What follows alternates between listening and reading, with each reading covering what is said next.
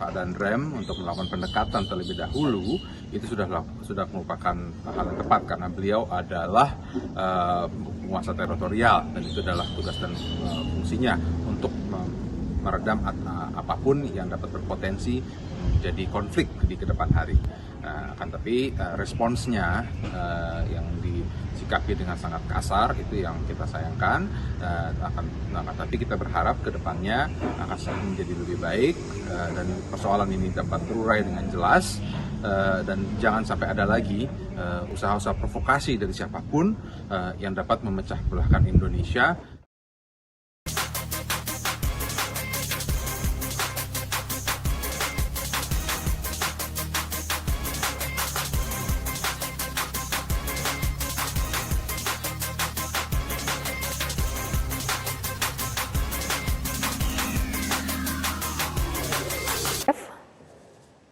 Selamat sore, bagaimana kabarnya? Sehat semua? Baik, sehat sekali. Pak Dev, debat Danrem Surya Kencana dan Bahar bin Smit ini menjadi sorotan publik. Bagaimana DPR menanggapi debat panas ini?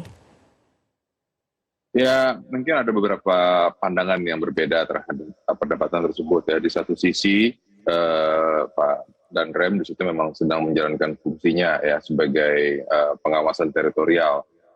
Di mana dia di situ memastikan bahwa jangan sampai ada ujaran-ujaran kebencian ataupun hal yang bisa memicu kericuhan ke depannya, apalagi sudah menuduh ke satu orang figur yang itu adalah Pak Kasat, Pak Jenderal Dudung.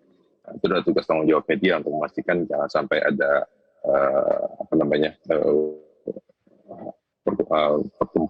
perkumpulan besar yang menyebarkan hal-hal yang bisa menyebabkan fitnah ataupun juga kericuhan. Nah, tapi di satu sisi lain juga kehadiran beliau itu mungkin dianggap sebagai suatu penekanan karena mungkin ada trauma daripada kejadian-kejadian sebelumnya. Nah, tentu kita harapkan TNI, khususnya di sini TNI Angkatan Darat, tetap bisa menjalankan fungsinya untuk melakukan pengawasan ataupun juga pengamanan wilayah teritorial. Tapi kalau wilayah hukum itu tentu adalah tupoksinya daripada Kepolisian Republik Indonesia. Nah, tetapi di sini TNI juga dianggap sebagai pengayom masyarakat, sebagai tauladan dari banyak elemen masyarakat. Jadi tentu kita tetap berharap bahwa personel TNI, khususnya di sini di wilayah teritorial ya dari mulai Pangdam, Korem, Kodim hingga Koramil itu bisa menjadi tokoh-tokoh di masyarakat untuk menjadi penenang, bahkan perajut masyarakat, jangan sampai ada gesekan-gesekan yang bisa menyebabkan kekisruhan lagi ke depannya. Baik Pak Dev, artinya apa yang dilakukan oleh Danrem menurut Anda apakah sesuai dengan tugas dan fungsinya melihat dari pendekatan yang dilakukan oleh Danrem mendatangi pondok pesantren? Kalau dari saya pribadi ya itu adalah memang sesuai dengan tugasnya. Karena dia itu mendatangi permasalahan, komunikasi, mengingatkan, jangan meneruskan dakwah yang bisa memicu keseruhan, dan juga mengingatkan warga yang di mana wilayah dia bertugas untuk memastikan semuanya itu mengikuti aturan hukum. Di situ saya melihat sih dia menjalankan tugas dan fungsinya dengan baik. Nah, memang yang agak dikagetkan itu adalah responsnya daripada masyarakat ataupun tokoh yang dimaksud. Ya, mungkin karena ada pengalaman-pengalaman sebelumnya dan juga mengingat apa yang beliau utarakan di hadapan masyarakat umum, sehingga ada resistensi yang kuat. Nah, tentu kita harapkan resistensi ini dapat diklarifikasi ataupun dapat dijelaskan di Mabes Polda nanti pada hari Senin, dan juga tidak lagi menimbulkan ataupun menyebabkan keresahan lagi yang bisa mencapai suatu perpecahan di elemen-elemen masyarakat. Oke. Pak Dev, dari pandangan DPR sendiri, sebetulnya bagaimana posisi TNI seharusnya ketika kemudian terdapat masalah yang berkaitan dengan warga sipil? Ya, tentu TNI tetap harus sebagai netral ya, tapi dia harus melaksanakan tugas sesuai dengan undang-undangnya.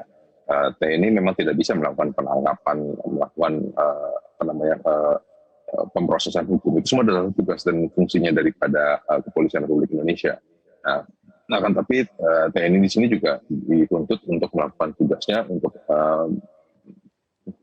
melakukan mitigasi akan permasalahan potensi-potensi yang bisa disebabkan ke depannya.